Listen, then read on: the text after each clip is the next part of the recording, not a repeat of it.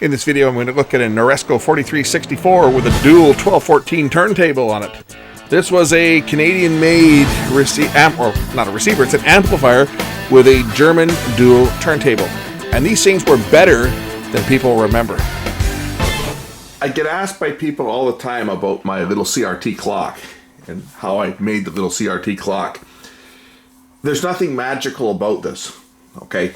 This is just a flash file that is playing in a browser on an old BlackBerry. I'm using an old BlackBerry Z10. Remember, the old BlackBerries supported flash playback natively. So you could play any flash file on it. It just opens up in the browser as a regular file. It's just a little tiny file, little SWF file that was loaded on an SD card and copied onto the internal memory. And I can just open that file. And I've got, I don't just have this one, as you've seen the other one that I usually have on there. I have a bunch of different clock displays. And some of them were apps, and a lot of them are just flash files like this.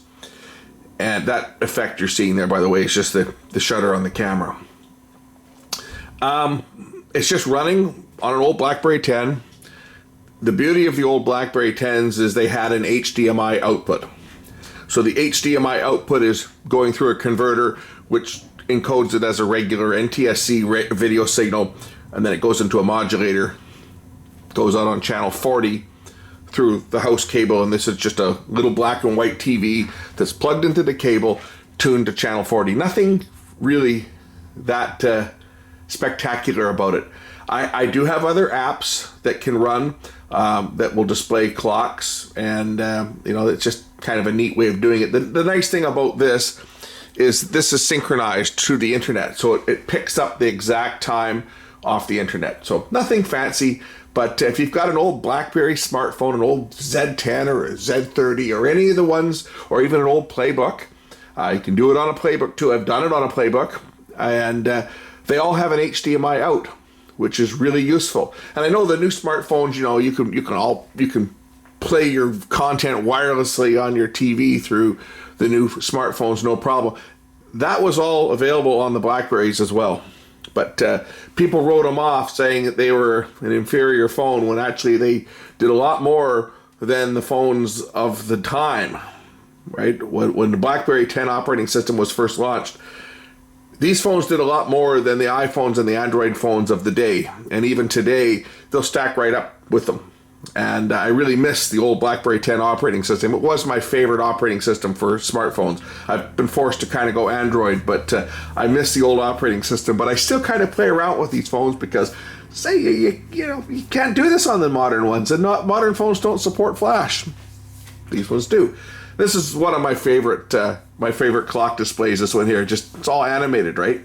And kind of cool. Anyway, that file you can find on the internet. I don't know if you can read it. The guy's name is up there on the top anyway, just not showing up because it's an HD, it outputs as HD, and this is being converted down to standard def. Anyway, that's basically what it is. Nothing mysterious. Okay, anyway, for today's video, a dual 1212 or 1214 turntable. But you can see that there's knobs on this thing. That's because this one has an amplifier built in, and not just any amplifier. This is quite a rare beast, this. Let's take a look at it. This one here is a Noresco NC4 364. And it's quadra and stereo speakers. Noresco was a brand that was around back in the 1970s, and I mean, we used to, when I worked in the business, the guys on the sales floor would tell people, you got a Noresco, that stuff is crap. But you know what? It wasn't as bad as the sales reptiles that I work with that were trying to sell someone a new Sony system. They would push the stuff off as being just absolute garbage. But I got to work on it, and a lot of it was actually not bad stuff. There's something you don't see very often. Made in Canada. These Noresco units were actually made in Canada, the whole unit, and this is part of my collection now. No, I'm not letting this beast go. We're going to get this thing working if it's not. I haven't looked at it yet. It was given to me, and as soon as I got it, I realized that this is one that I got to keep. Here's the inputs and outputs. It's got a tape record output, a tape play input, and a tuner input. So it has a built-in amplifier, and here's your speaker outputs. Of course, they're using the European DIN type speaker jacks on the back. But I haven't worked on one of these things in a long time, and I remember that they were different. They were different than the Japanese amplifiers that we saw of the day, and maybe that's why the sales guys didn't really like them, because it was different. But I think we'll find when I get into this unit that it's not bad. And I say it's been a long time. I haven't opened up one of these things in probably 25 years, because when we didn't see a lot of them come in, and the ones that did come in, I don't even ever recall having to fix an amplifier on one of these units. We see them come in from time to time, and it was always the same thing. It was always the turntable problem. It was always the gear was jammed up, or the idler was worn out. It was always a problem with the turntable. I never had one that had an amplifier problem. We had the normal, clean the switches, clean the volume control stuff. We had those type of things. But as far as an actual amplifier failure, I can't ever remember repairing one. The sales guys used to do a hell of a job trying to talk people out of fixing them. And the odd person would just scrap it and go and buy a new system, because the sales guys would say, those things are junk, and they'd be selling them a Sony or selling them a Technique system. And in reality, the turntables on these things are probably a lot better than any of the ones that they were selling them, because most people back in those days weren't spending hundreds of dollars on a turntable. They were buying a $100 piece of plastic. And I think the turntable in here is probably better than a $100 piece of plastic. Anyway, we're going to plug this thing in. I'll hook up some speakers to it, first of all, and see if it even works, because there may not be anything wrong with it, and that would be a bonus. As I say, these turntables here are typically damn good turntables, and it looks like it's got a Shure M75 cartridge on it too. So if the needle on here is in good shape, let's just take a look at that. Take a look at the needle first. We push this back, and this will open up. Looks like it's an M75 Type D, and the needle actually looks to be okay. It's not bent or anything. Look at that. A lot of times these will be, people bend the needles and shank will be bent. That one doesn't look to be in too bad a shape. So if the needle is okay, I mean, these ones are readily available, these needles anyway, but this should be a pretty good cartridge. If the cartridge isn't bunged up, it should actually work. Biggest problem with these was these contacts got corroded. So we'll be giving a shot of some deoxit on here when I get into this thing. But workhorses is what these are. But as you guys can see, I have a bunch of different clock apps and clock flash files that I can put on this thing and change them at will.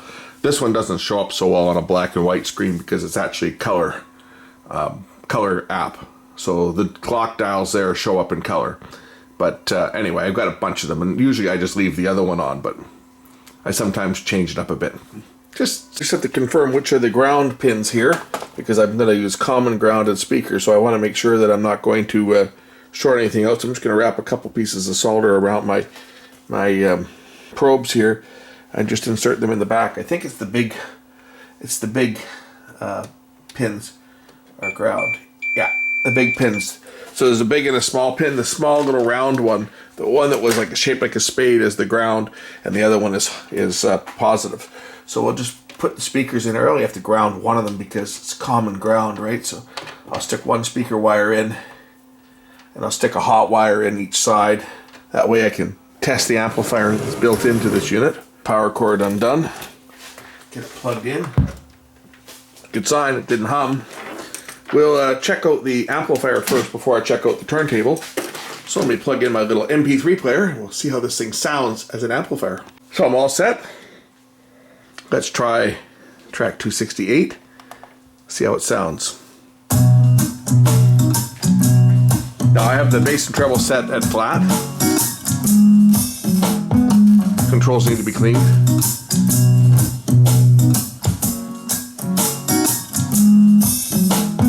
Tick-tock, 6 o'clock, there's that old alarm again. Stand up, eyes shut, wishing I was sleeping in. Don't know how I do it, but somehow I do it every day.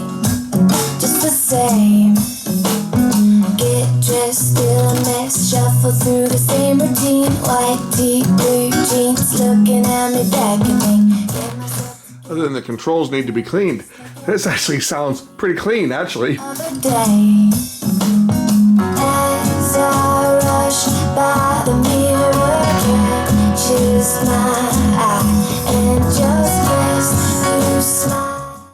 Okay, let's check out the ability of this thing to play a record.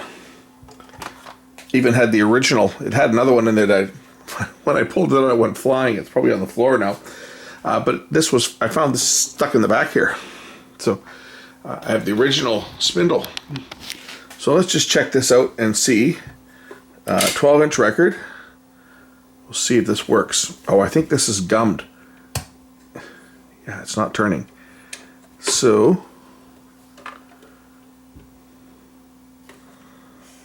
the mechanism is gummed up.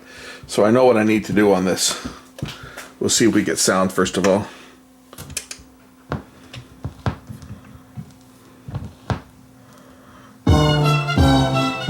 Yeah, so the mechanism's gummed up. So I know what I need to do here. I need to take apart the turntable.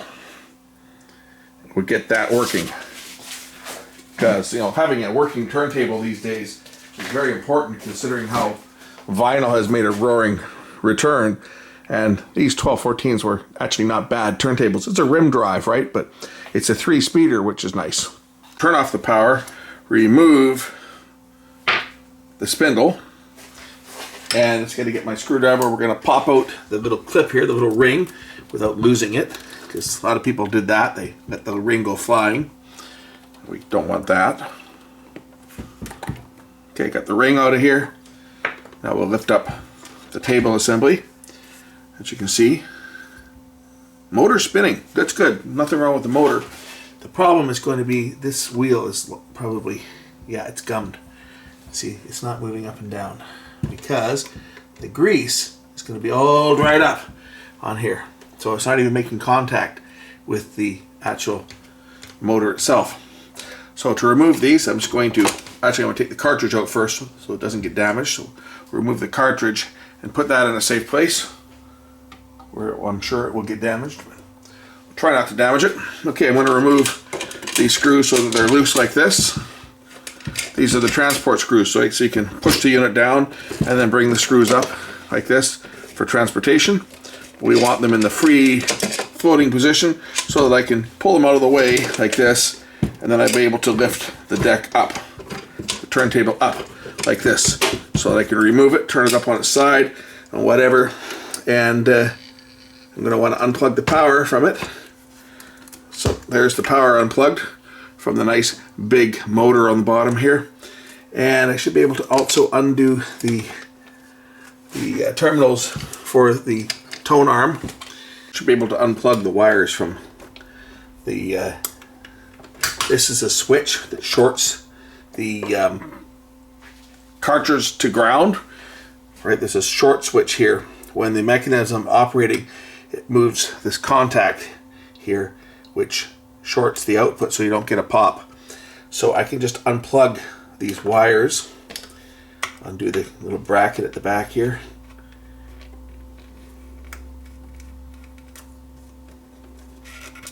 And then I can just unplug the cartridge from here.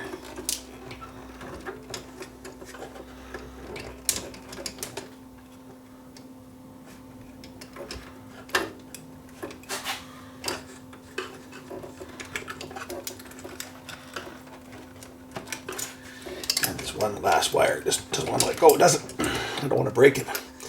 It's kind of stuck. There we go. Okay, just stuck there a bit. The amplifier is now unplugged. I can now service this out of the unit. But as you can see, the amplifier in here is a nice little amp. And you see, that's another nice thing about these duals. If I wanted to, I could just put another dual deck into here and use this amplifier. I mean, it's not a high power amp by any stretch of the imagination, but it's not a, you know, it's not a no power amp. It's probably, I'm just looking at the transistors here. So this uses the Motorola SJE 5439 and 5440 output transistors. So it's going to be a class, this could be a class B bias, it's probably AB. But here's the specs on it. They cross over to an NTE 241 and 242 for the NPN and the PNP. They're complementary transistor audio power amplifier. They have a maximum volts of 80 volts. That's your base to emitter and collector to base voltage. Emitter to base voltage 5 volts. They have a current handling of 4 amps. And the output power rated 60 watts. So 60 watts maximum is what this amplifier could put out if you were giving it the rated voltage. Looks like the capacitor is probably looks like a 50 volt cap here, so we're not running it anywhere near the maximum voltage. This cap looks like it's been replaced at some point in time. That one's been replaced, but conservatively this unit is probably going to be pushing 35-40 watts per channel, I would think, with this type of design. You know, these are North American transistors. Capacitors look to be really good. They're IEC caps. So this one here has been changed. This is a Sanyo cap. Looks like the original one might have been a big can back there that was attached by wires, and somebody's just gone in and popped that in place of it. But other than that, this thing actually doesn't look to be too bad. As I say, it was a Canadian-made unit, so the quality of these was never really that bad, although the guys I used to work with used to say they were a piece of crap. They used to call them terrible, horrible units, and sell people devices such as the STR AV570 with an output IC. Anyway, while I've got this thing apart, I'm going to clean the controls here because the controls need it badly, and then we'll work on getting the turntable working. And I tell you, my afternoon was full of excitement today, as just as I was setting up to shoot this video, I got interrupted by one of those phone calls from someone claiming to be from Windows. So I just had to cast out a line with a big chunk of bait stuck on the end of it and see if he would bite. And I reeled him in slowly and called him out at the end too. That video should be up online by now, I would think, because I've already gone ahead and edited it. I wasted an hour and a half of his time, and I tell you, that's like gold to get these guys. And I got him pissed off. He was laughing. He says, at the end, he goes, "Ha ha ha! I screwed you. I've got your computer broken." No, you don't. I had the thing fixed in a few minutes, but you know, these guys are. I kept them on the phone so he wasn't ripping somebody else off. I'm just waiting for my iron to heat up a bit here so that I can, I'm just going to take the shield off so I can clean the controls in behind here. Also, you may have noticed a copper band wrapped around the transformer here. This is actually to shield the transformer, to cut down on any magnetic influence that will radiate from the transformer. So it was common practice to wrap a strip of copper around it and basically bond it. So that will try to minimize the influence of magnetic field that's going to radiate out of the transformer from the winding here. So this provides a bit of a shield to try to keep the hum down.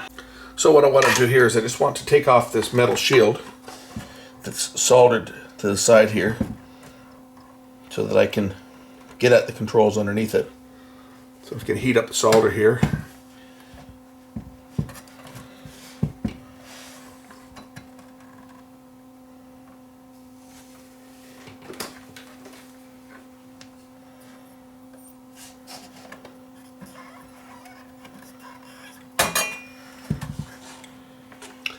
That way I can lift the shield out of the way to get to the input switches underneath here and the volume controls here. So that way I can get in there with my cleaner and clean up the control. I'll use the good stuff on this one.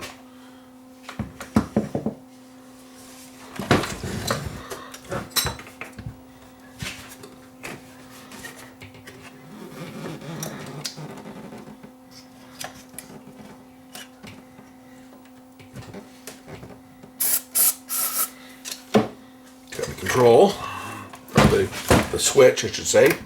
So just clean the switch a bit, and I can get into the volume control here too, just as easily.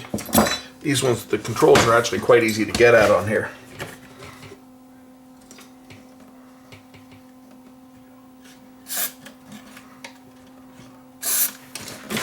There's the volume control.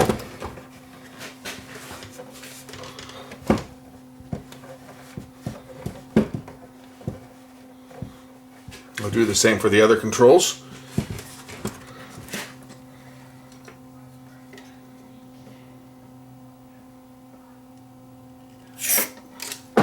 Balance.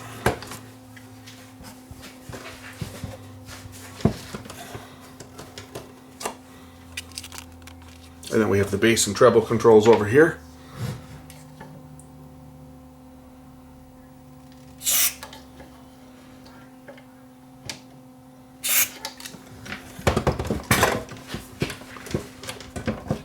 That's the front control. I still got to get it to the back control.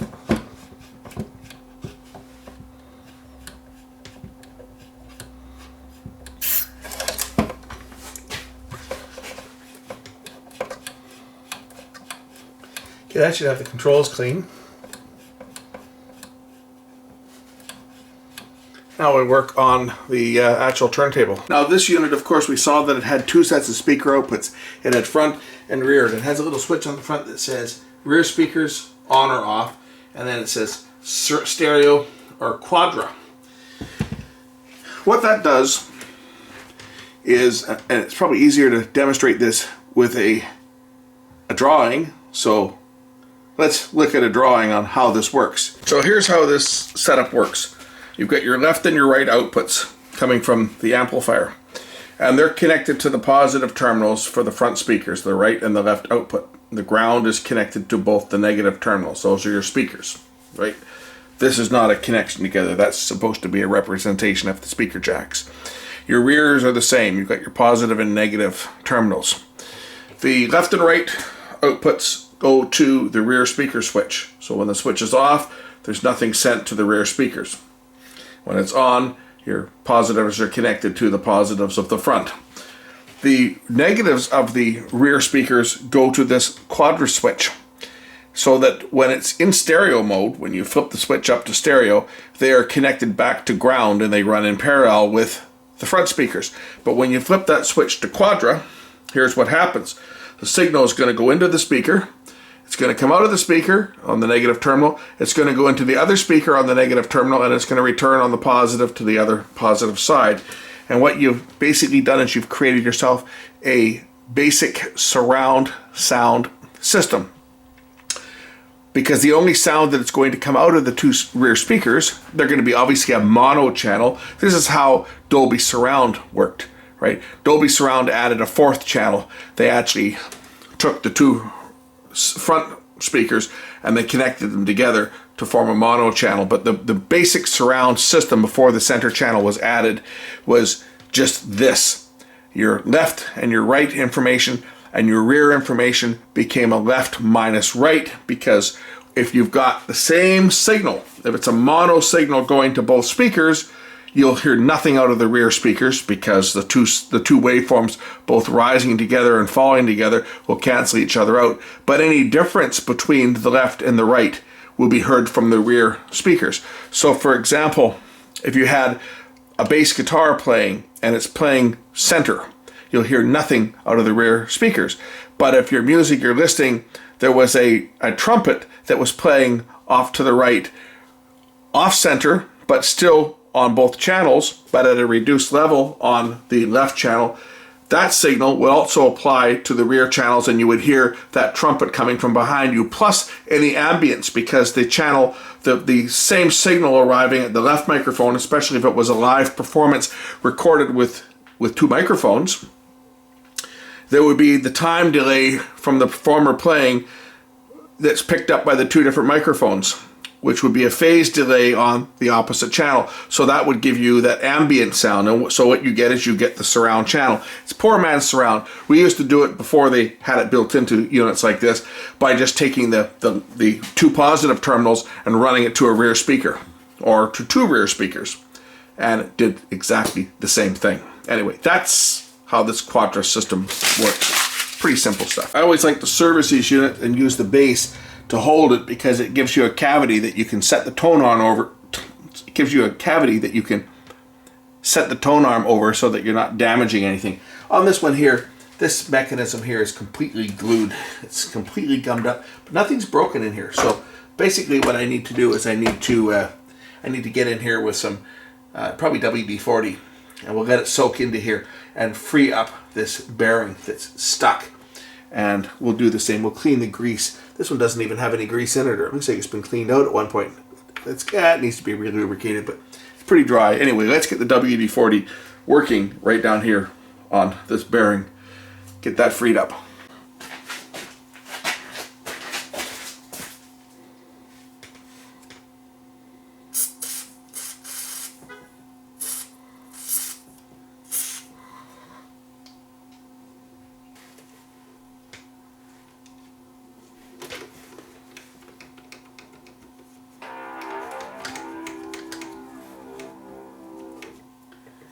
There we go. Just like that. That is now free. WD-40 works like magic for certain things, and this is one of them. When you get mechanisms that are gummed up like this, it really frees them up.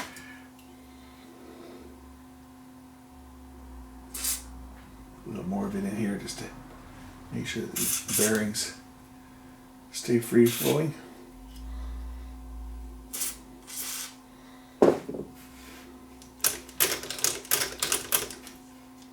This one's even got a pitch control on it. See the pitch control here? Moves this up and down ever so slightly, and that's all still working too, which is great. Probably wouldn't hurt to open up the motor and see if we can look at the bearing caps on this thing and lubricate the motor as well. So we'll take out the screws here for the bearing caps.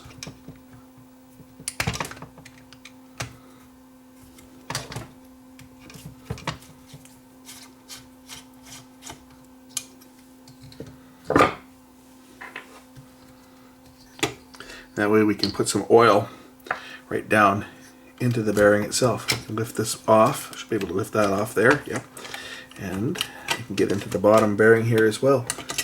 Just like that. We'll put some oil down into the bearing here. Make sure it's nice and lubricated because I want this thing to last a long time. These turntables are valuable and you have to look after them. For this I'm going to use just standard 3-in-1 electric motor oil down onto the shaft here.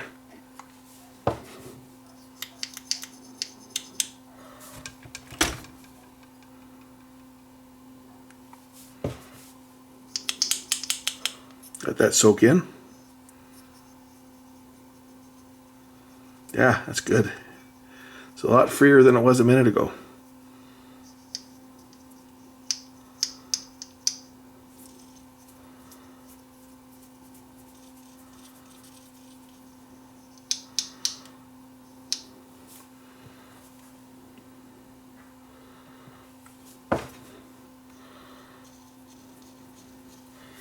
We'll put some more oil down onto the bearing here onto this side, and I'll put some into the actual bearing itself at the back here. Get a good drop or two inside the bearing. Put the bearing together and let it spin a bit. Now before I fire this thing up, I'm going to actually make sure that I'm going to clean off this with a Q-tip just to make sure any excess oil that's on the shaft here isn't going to get worked into the drive pulley, because of course that could cause slippage and we don't want that. Okay, I can put the rotor back in. I got to get this around here.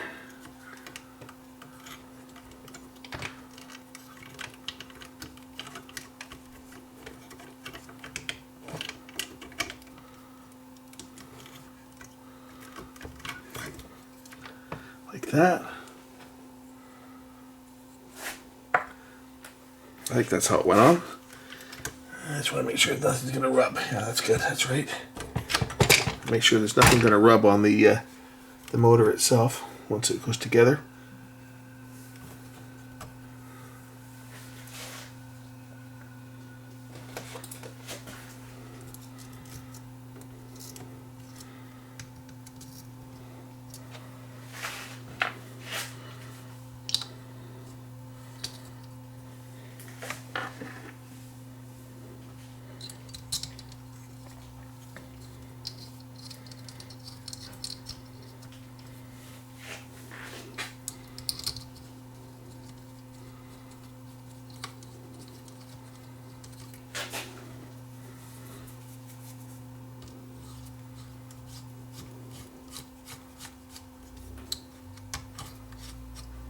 Okay, the motor's now back together and everything's turning smoothly.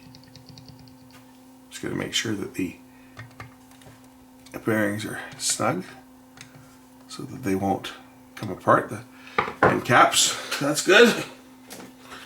Next, we'll deal with the grease. This actually looks like this is a stacker. You could run a stacker on this, you see. I don't have the spindle for a stacker, but actually the other spindle that was stuck in there, it looks like it was the stacker spindle, and somebody cut it off to make it the non-stacker symbol because they lost this. I found this just sitting in the back here, inside the edge here, but I have a feeling that they thought they lost the standard single play spindle, so they cut the other one that was for the record stacker, which would be nice to have because it wouldn't be complete without it being a stacker. This is a stacker mechanism. That's what this does, is when the record recycles and starts over, this operates to drop the next record down. So I may have to find a stacker spindle for this thing just so that I've got one so that it's complete, because it's nice to have one of these things with all the parts and nothing missing, right? Just going to turn this over so we can look at the operation of the mechanism here. You'll see that when I move this, this makes contact now. Everything is free. And this bearing looks to be okay back here. I don't see any problem with that one. So let's deal with, that needs to be lubed as well. Let's deal with the automatic mechanism now. So how this operates is the gear is driven and turns the mechanism like that. Actually, it's not jammed up, it's free. This sometimes gets stuck. This is the reject lever for depending on whether you're starting a record over from the beginning or whether the record is ending, and that sometimes gets stuck, but it's not in this case. I'm just going to put some of the yellow grease down in the track here to lubricate it, and then we'll give this thing a try. I'll lubricate the main bearing as well, and we'll give this thing a try because this thing looks like it's about ready to go.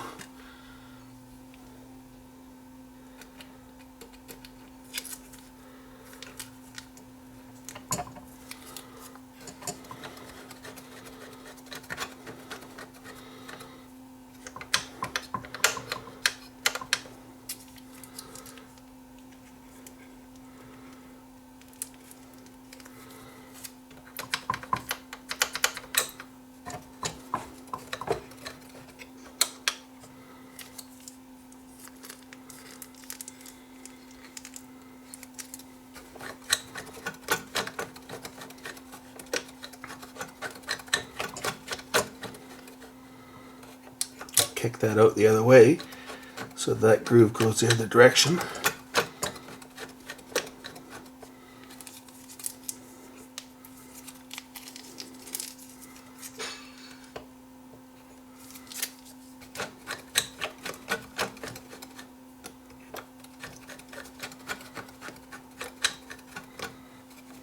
Okay, I think it's time to turn this thing over and see how the top side looks. What kicks this when the record is done, when it gets to the end, this little lever here pushes over and it pushes up against a little spring that triggers the mechanism to turn. And if this is turning, it'll turn the gear this way. So that's the stop position there. if we look down in here, you'll see a little lever. And when I move the tone arm over, it'll push that little lever over like that. That's what engages the auto stop. So then it picks the tone arm up and it should bring it back.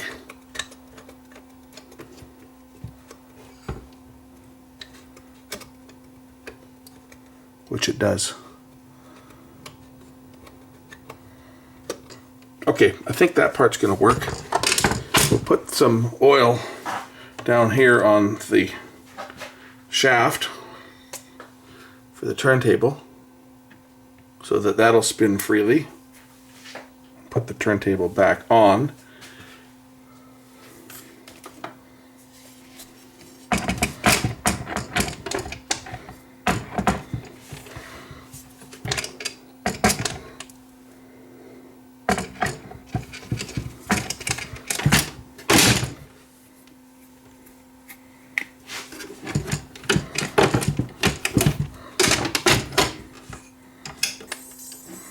I think this lever here is gummed up, so we have to just check this other lever on the front here.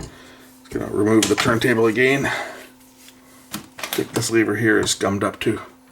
So I'm just going to give a bit of a shot of WD-40 into the shaft here and into here to free up this mechanism, and maybe a little down into here to free up that little lever.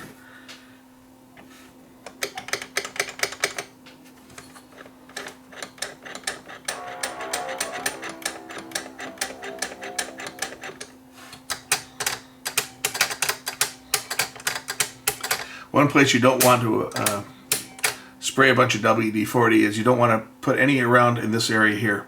This is the friction pad that is used to move the tone arm back and forth.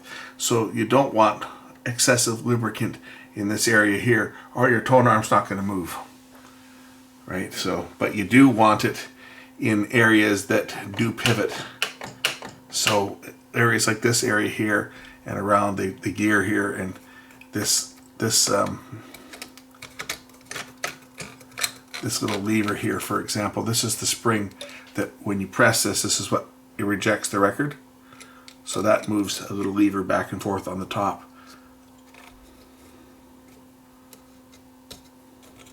Okay, I do believe my mechanism is now working properly, so I can put the clip back on here and I can get the mechanism back together, and we'll test it out and see how well it works. The reason I'm putting the clip on is so that the turntable doesn't fall over when I turn it over to reconnect the wires to the tone arm. So now I can turn it back up on its side here and get to the wires here. I think it was the green one was on the bottom, right? And the orange one was on the top.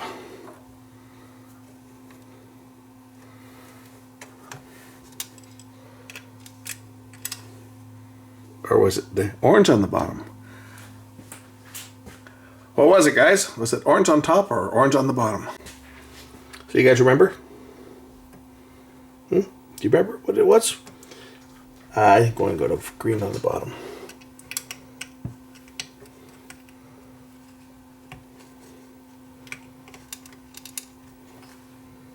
And orange on the top. And if I'm wrong, I'm wrong. It'll just be the left and right channel will be reversed, but I don't believe I'm wrong. I believe I'm right.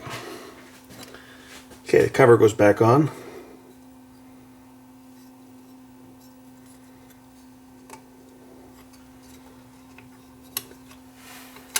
This makes contact with both the base and with this. That's what this little foot is for. And this just goes in place kind of like that. And then it snaps in like that. And then these two wires go underneath this little clip that holds it in place.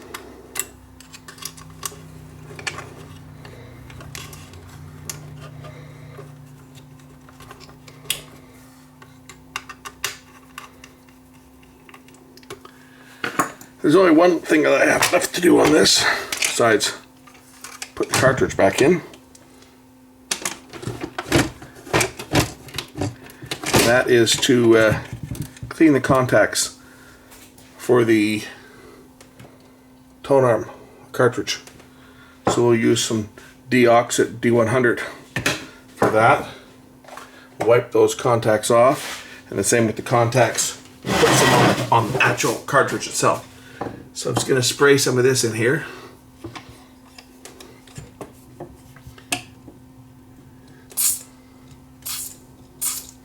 And we'll wipe the contacts down.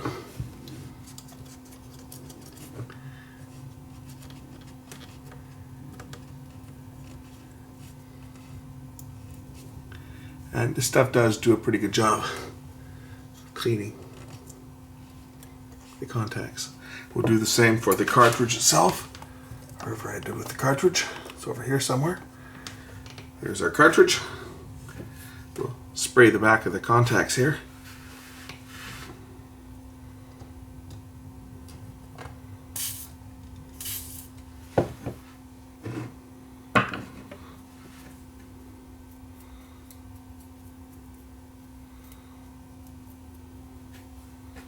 We'll just put some more on the contacts just to leave some on there when I put the cartridge back in place. Cartridge goes in like that and is locked in. Now we're ready to test this thing and see how it works. The thing I noticed is it started rotating as soon as I plugged it in, so my power switch is probably sticking a bit, but I want to see whether this thing, the mechanism, will actually go through and play the record. And then we'll check the power switch out. Make sure that it actually plays. And then it should turn the sound on. And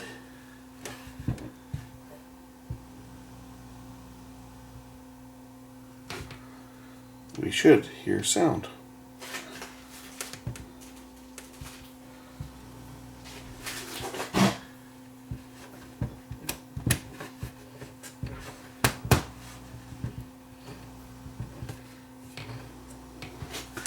No sound.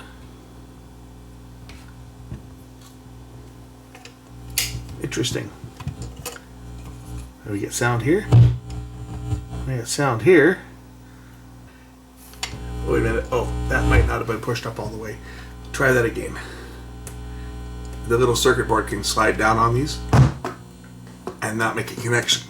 I think that's what happened. Yes. Better not have that cranked up too loud. Sit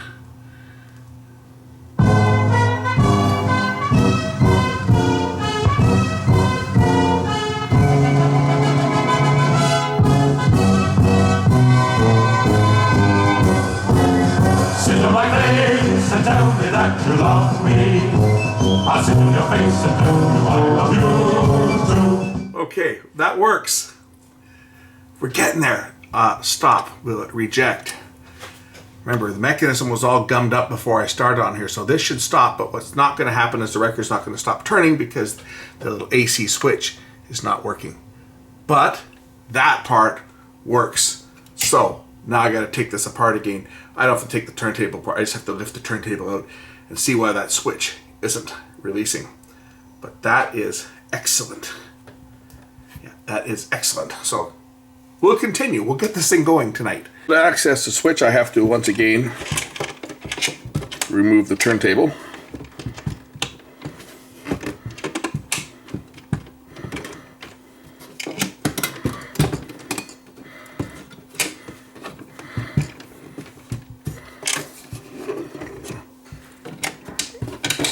Like that. Turn it on its side. The switch is going to be inside here. This is the lever that controls it. Oh, it's sticking right down here. You can see it. So it's actually part of this that's sticking still. So we'll just put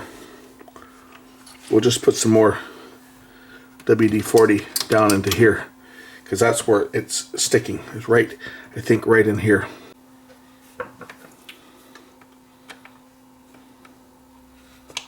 Take that clip off. So we can lift this mechanism piece out. Lift this one off if I can. lift that off like that. I'll show you, this comes off over here, like that. And the next piece should just lift out of here, I think. This one should just lift off here, like this. Yeah, this is kind of gummed up. So we're gonna clean this up too.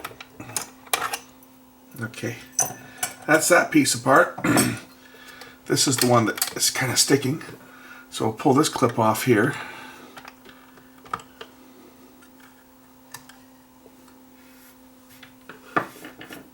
See if I can loosen this one up a bit. Just lift it up a bit if I can.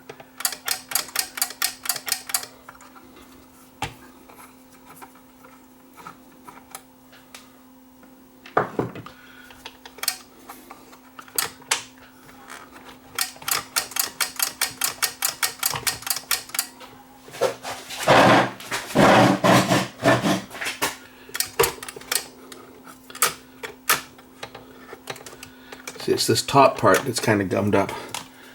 So see if I can get some lubricant down in through there to free it up a bit. There we go. It's starting to free up now.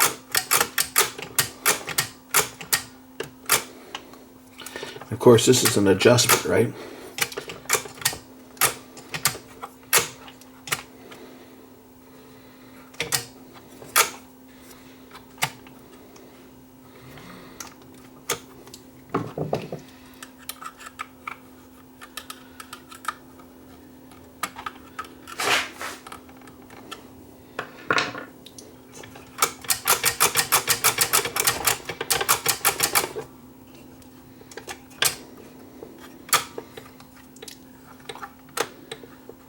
I'm just going to put some heat on here as well.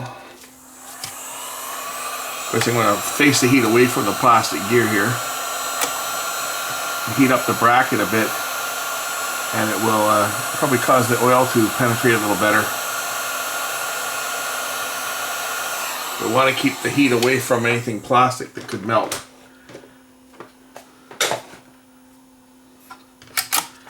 Oh yeah, see?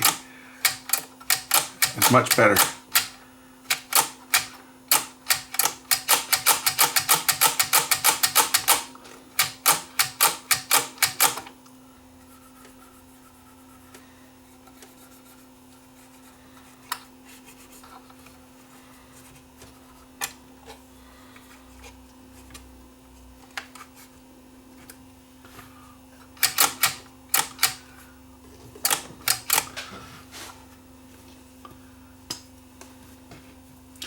So I'm going to put some oil on the end of a Q-tip so I can just wipe it in here. I don't want too much. I just want a little dab, a little layer of oil on the back of the mechanism here. Just where the parts make contact so that they're not going to stick.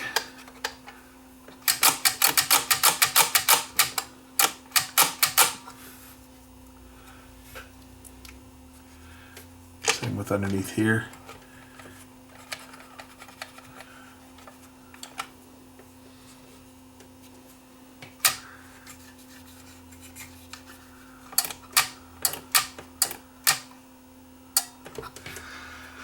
There, that is returning its own pretty much now.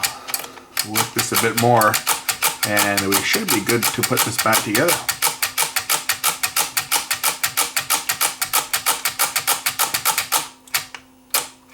Okay, as you can see now, when I switch it on, it's going back off on its own. So that's freed up now. So we'll put the clip back on here. Put the mechanism back together and give it another shot and see whether it works. So that clip goes on like that. We have the next two layers that go underneath here. I'm going to lubricate this bearing here with some oil. So we'll just put a little bit of oil on the shaft there. Put that one in place.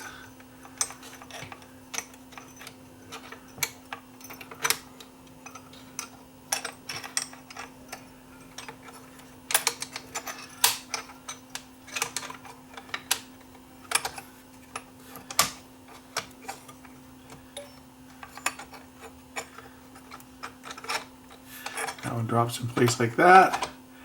That one drops over top of it like that. And drops on top like that. Another clip goes in on top of this one.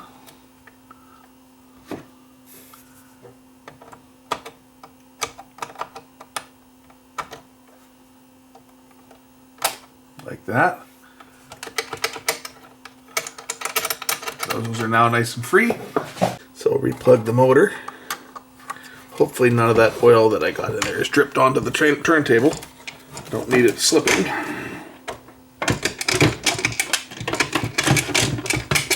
Okay, start. Go. Might help if I have it at the right speed. Oh! Okay. Play.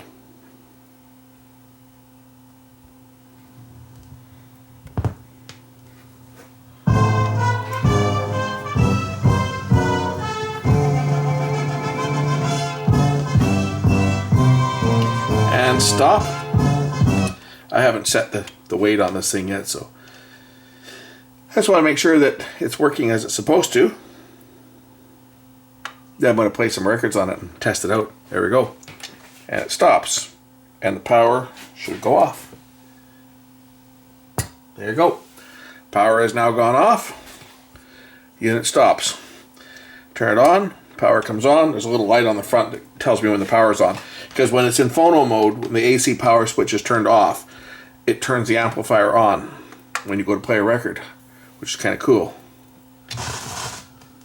And at the end of the record,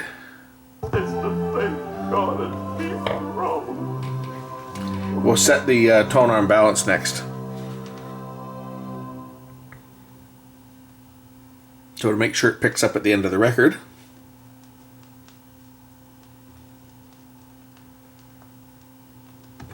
and it picks up, it returns, and it should stop.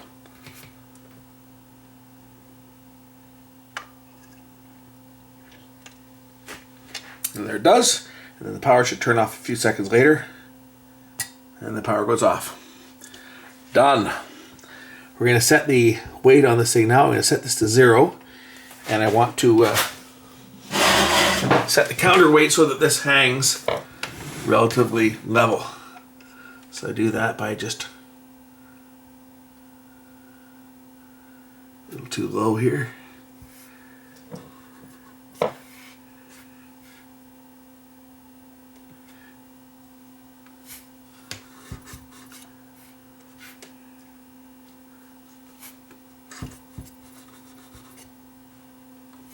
I try to get this level.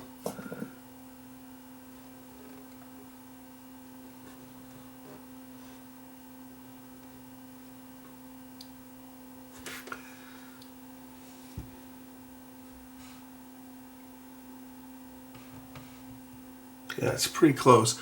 So we'll set this down for about 2 grams and start. I might still have an adjustment that's still out because I think when you pick the tone arm up, it's supposed to turn on, but there's an adjustment for that. And then on comes the sound.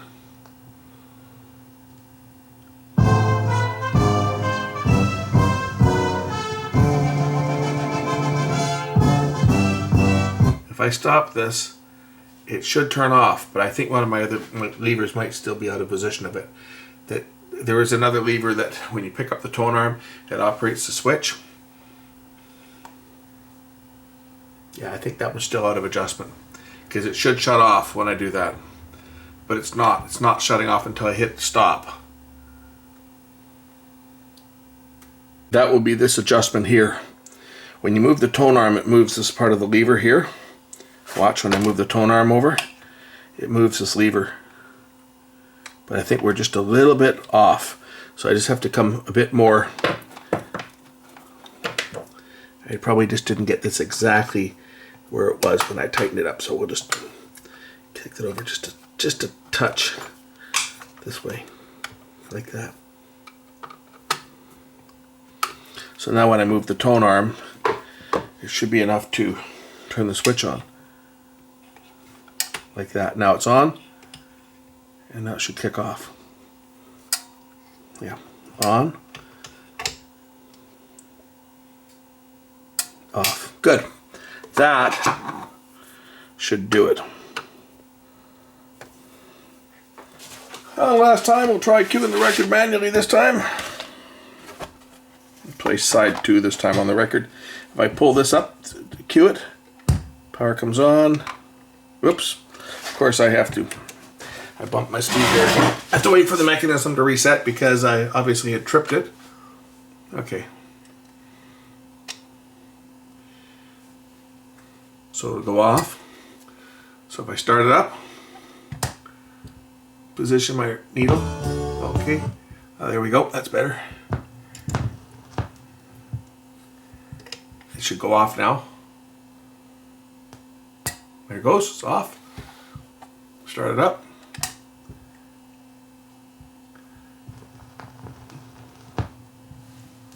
Cueing arm down.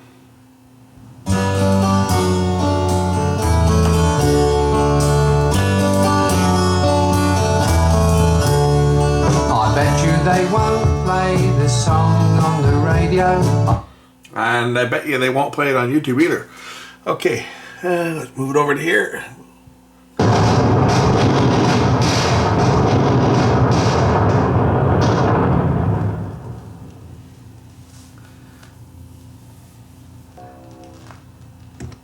There, I guess it must have been just that one time, because it worked that time. Okay, only one thing we need to do now, and that's to check the speed. But I got a speed disc around. Let me go find it. I know I've got one I made. Let me go find the thing. I was going to show you guys my strobe disc, but then I realized I can't demonstrate my strobe disc because all the bloody fluorescent lights in my shop have electronic ballast on them, and it won't strobe with an electronic ballast. It will only strobe with magnetic ballast. And since I swapped out my ballast, I can't use a strobe disc. You won't see anything. But I do know this album very well. So I'm going to do this by ear, and unfortunately, I can't play this for you guys. I really wish I could, because LD Miola, hey, on vinyl, this is great stuff. So I wish I could play it, but I can't. So I get to enjoy this. I get to enjoy this and set the speed myself. And, well, we'll catch you later.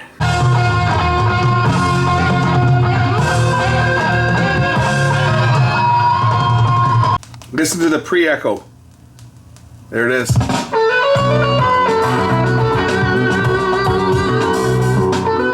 Yeah, this thing sounds great.